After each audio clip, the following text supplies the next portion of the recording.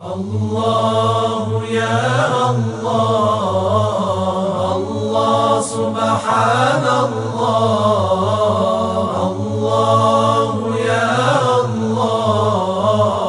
الله حمدا لله. اعوذ باللہ من الشیطان الرجیم.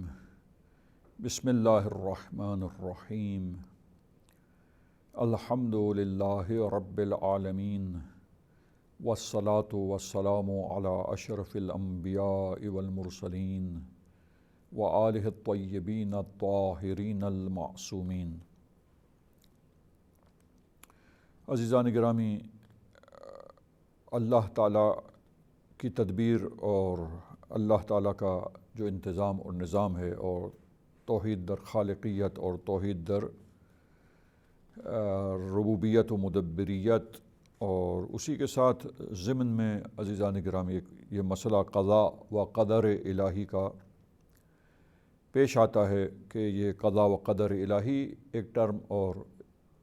ایک ایسی اصطلاح کہ جس کے بارے میں عقائد کی کتابوں میں گفتگو ہوتی ہے. تو ہم دیکھتے ہیں کہ قضاء و قدر یہ دو لفظ ہیں اور دونوں عربی کے الفاظ ہیں. تو عربی میں لغت میں اور ڈکشنری میں یہ قدر اور قضاء کس معنی میں جو ہے وہ آیا ہے، کیا معنی لکھے گئے ہیں ان دو الفاظ کے لیے. تو قدر عزیزان گرامی، اس کے معنی جو بیان ہوئے ہیں، اندازہ مقرر کرنا، یعنی ایک کسی بھی چیز کے بارے میں، کسی شے کے بارے میں، کوئی بھی چیز و شے ہو، اس کا ایک اندازہ مقرر کرنا اور ایک اندازہ کرنا اس کے سلسلے میں، یہ ایک کسی چیز کے بارے میں ایک اندازہ اور ایک حساب کتاب کرنے کو، یہ اندازہ کرنا اور حساب کتاب کرنا اس چیز کا، یہ کہلاتا ہے جی تقدیر. اور قدر اسی سے ہے. تقدیر یعنی اندازہ کرنا، حساب کتاب کرنا ایک چیز کا، ایک چیز کو دیکھنا، اس کی اندازہ گیری، یہ تقدیر کے معنی میں ہے. اور یہ خود اندازہ اور حساب کتاب جو ہے، یہ کسی شے کا حساب کتاب، کسی شے کا اندازہ، کس اندازے کے مطابق وہ ہے، یہ اندازہ قدر کہلاتا ہے. وہ اندازہ کرنا اور حساب کتاب کرنا کسی شے کا، یہ ہے اندازہ گیری جو ہے وہ تقدیر ہے. اسی طرح قضاء عزیزان گرامی، یہ بھی عربی کا لفظ ہے جو مختلف معنی اس کے بیان ہوئے ہیں لغت میں، لیکن یہاں پر جو ہم مناسب ترین معنی جو اصطلاحی معنی کے ساتھ بھی ہے، مناسب معنی مختلف معنی میں سے وہ ایک معنی جو ہے وہ یہ ہے کہ ایک شے کو اس کے نتیجے اور انجام پر پہنچانا اور اس کی انتہا تک اس کو پہنچانا، اور فائنل پوزیشن میں اس کو لا کر فائنلی جو ہے اس کے بارے میں جو کچھ نتیجہ دینا ہے، وہ کام کو انجام دینا، یہ کہتے ہیں قضاء. یا دوسرے الفاظ میں ہم کہیں کہ ایک چیز کو جب فیصلہ کر لیں تو یہ اس کا انتہائی اور حتمی فیصلہ جو کر لیا جائے اس شے کے بارے میں، اس کو انجام تک پہنچانے کا، یہ جو ہے وہ قضاء کا میننگ ہے جو بیان ہوا ہے. اور اب آئیے اصطلاح علماء میں، جب علم کلام میں جب ہم یہ بحث آتی ہے قضاء و قدر کی، اللہ کی قضاء و قدر کے بارے میں، تو یہاں تقدیر الہی کہ اللہ تعالیٰ کی طرف سے تقدیر ہے تمام امور کی، اور قدر الہی کے مطابق تمام چیزیں جو ہے وہ انجام پاتی ہیں. تو یہ قدر اور تقدیر الہی، تو اس میں آپ دیکھیے کہ اس کا معنی اصطلاح میں جب علماء کلام بیان کرتے ہیں تو جو کچھ بھی کائنات میں ہوتا ہے، جو واقعہ، جو حادثہ، جو کچھ بھی رونما ہوتا ہے، جو کچھ بھی ظاہر ہوتا ہے، جو کچھ بھی سامنے آتا ہے، جو کچھ بھی، جس چیز کا بھی وجود سامنے آئے، جو چیز بھی وجود پائے، جو چیز بھی رونما ہو، عزیزان گرامی، تمام اشیاء یہ اللہ کی تدبیر کے مطابق ہے اور اللہ کی تقدیر کے تحت ہے. یعنی تقدیر و تدبیر الہی کے مطابق وہ تمام چیزیں اس انداز سے وجود میں آتی ہیں اور واقع ہوتی ہیں، ظاہر ہوتی ہیں، رونما ہوتی ہیں کہ تمام ان چیزوں کے لیے تمام وہ واقعات، تمام وہ حوادث، تمام وہ چیزیں، تمام اشیاء جو ہے ان کے بارے میں یہ سب کچھ جو ہو رہا ہے کہ کمیت کے اعتبار سے، کیفیت کے اعتبار سے، یعنی کوانٹٹی کے اعتبار سے، کوالٹی کے اعتبار سے، اور بھئی کس زمانے میں وہ وجود میں آئے گا، کس مکان میں وہ فعل یا وہ شے وجود میں آئے گی، اس کی لیمیٹیشنز کیا ہیں، حد اور حدود اور قیود اس کی معین کیا کیا ہیں، اور کیا اس کے لیے مقدمات ہیں، کس انداز سے ہے، کیسے ہوگا، کیا ہوگا، تمام ایک ایک چیز جو ہے یہ سب کچھ تقدیر اور تدبیر الہی کے ذریعے ہو رہا ہوتا ہے۔ دیکھیے اس کے لیے مثال، جیسے ایک انجینئر ہے، وہ ایک بہت بڑی بلڈنگ کا پروجیکٹ اس کو دیا گیا ہے، تو عزیزان گرامی وہ چونکہ علم مہندسی اور چونکہ وہ انجینئر ہے اور اپنی اس فیلڈ کا جو علم ہے اور نالج جو ہے وہ جانتا ہے، آگاہ ہے، باخبر ہے، اس فیلڈ کے اہل خبرہ میں سے ہے، جاننے والا ہے اس علم کا، تو عزیزان گرامی وہ ایک ظاہر کی چیز کو پہلے سوچتا ہے، اور سوچنے کے بعد، اندازہ کرنے کے بعد اس بڑے پروجیکٹ کا، اس بلڈنگ کا، اس کو ایک کاغذ پر نقشے کی صورت میں لے کر آتا ہے۔ تو یہ اس کا تمام چیزوں کا اندازہ کرنا کہ وہ بلڈنگ کتنے رقبے پر پھیلی ہوگی، اور وہ بلڈنگ میں جو ہے اس بلڈنگ کے لیے گراؤنڈ جو ہے وہ کتنا خالی چھوڑا جائے گا، اور کتنی زمین پر اور کتنے گراؤنڈ پر جو ہے وہ بلڈنگ کا کنسٹرکشن ہوگا، اور کتنا گراؤنڈ جو ہے وہ پارکنگ کے لیے چھوڑا جائے گا، اور اس کے بچوں کے کھیلنے کے لیے جگہ اور چھوٹا سا پارک کتنے رقبے میں قرار دیا جائے گا، ورزش کے لیے کتنا رقبہ جو ہے وہ زمین کا ضروری ہے، یہ سب کچھ اندازہ کرتا ہے، اور سوئمنگ پول کتنے رقبے پہ جو ہے وہ تعمیر کیا جائے گا، یہ تمام چیزوں کا دیکھیے ایک اندازہ ہے۔ تو یہ اندازہ، اور یہ اسی طریقے سے قدر کا معنی جو کیا گیا یہاں اصطلاح میں بھی، بس تقدیر یہ سب چیزوں کا اندازہ کرنا، اور ہر چیز کو اس کو حساب کتاب کے مطابق، اور حساب کتاب اور اندازے کے مطابق اس کو معین کرنا، اور پھر اس کا یہ نقشہ کھینچتا ہے انجینئر جو ہے، اور یہ دیکھیے یہ نقشہ بنانا اور اس کو سوچنا اور پھر کاغذ پر لے کر آنا، عزیزان گرامی جس طریقے سے یہ انجینئر کرتا ہے، یہ کائنات پوری کی پوری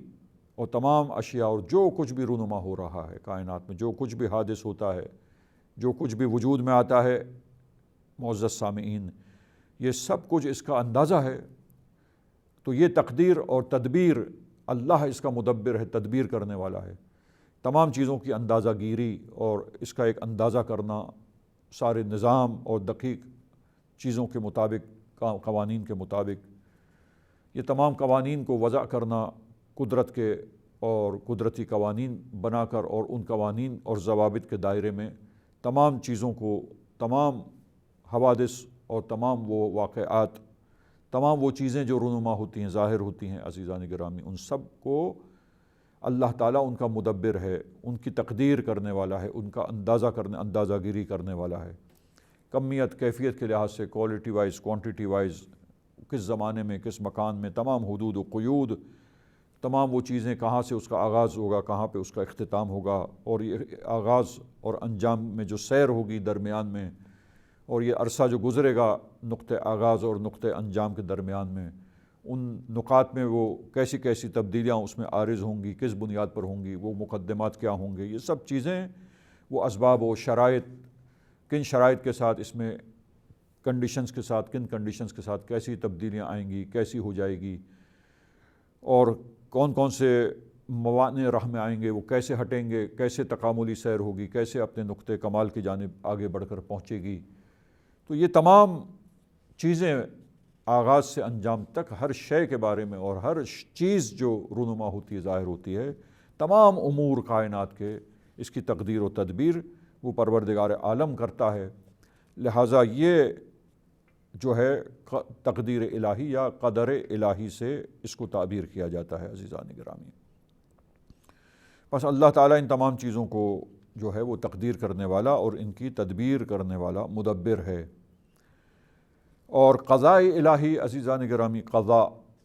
دو لفظ ہوئے نا، قدر اور قضاء۔ اب یہ تقدیر و قدر اور اندازہ گیری اور تمام چیزوں کا اندازہ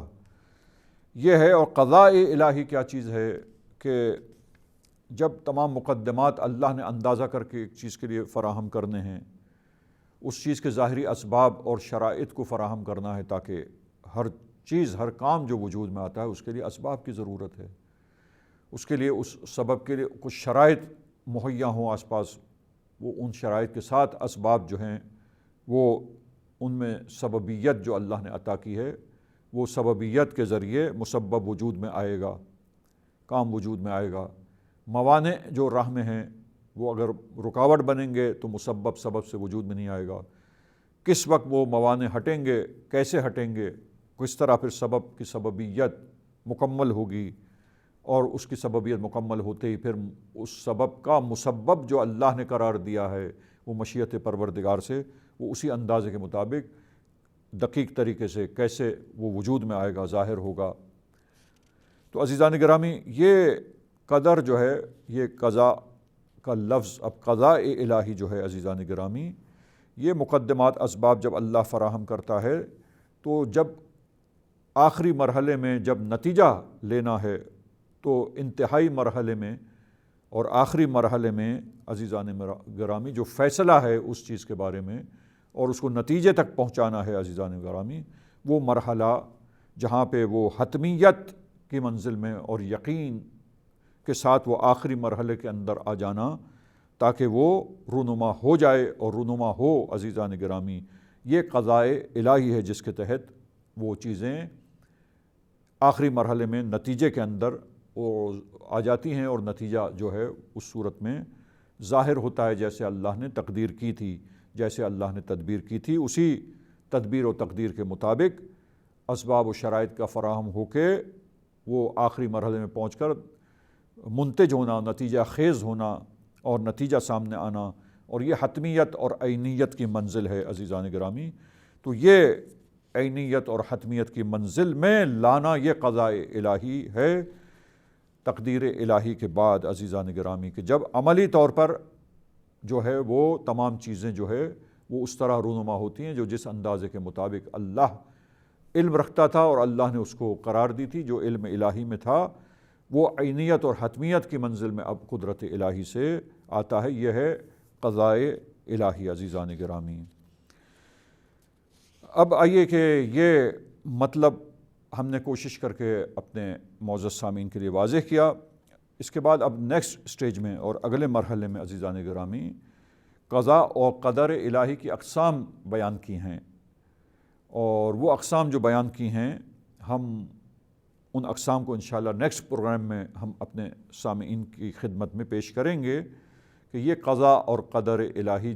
جس کو ہم نے ابھی ڈیفائن کیا، ڈکشنری میں بھی ہم نے دیکھا کہ اس کے کیا میننگ ہے، اس میننگ کو یہاں پیش کیا آپ کے سامنے، اور ڈکشنری کے یہ میننگ پیش کرنے کے بعد اصطلاح اور یہ ٹرم جو علم کلام کے علماء جو جس طرح اس کو استعمال کرتے ہیں اس سے وہ کیا مطلب اور مراد لیتے ہیں، یہ بھی ہم نے سامعین کرام کی خدمت میں آج کے اس پروگرام میں پیش کیا ہے۔ اب نیکسٹ پروگرام میں انشاءاللہ قضاء و قدر الہی کی اقسام کو بیان کیا جاتا ہے، اور قضاء و قدر علمی ہے اور قضاء و قدر عینی ہے۔ انشاءاللہ یہ اقسام جو ہے اگلے پروگرام میں ہم اپنے معزز سامعین کی خدمت میں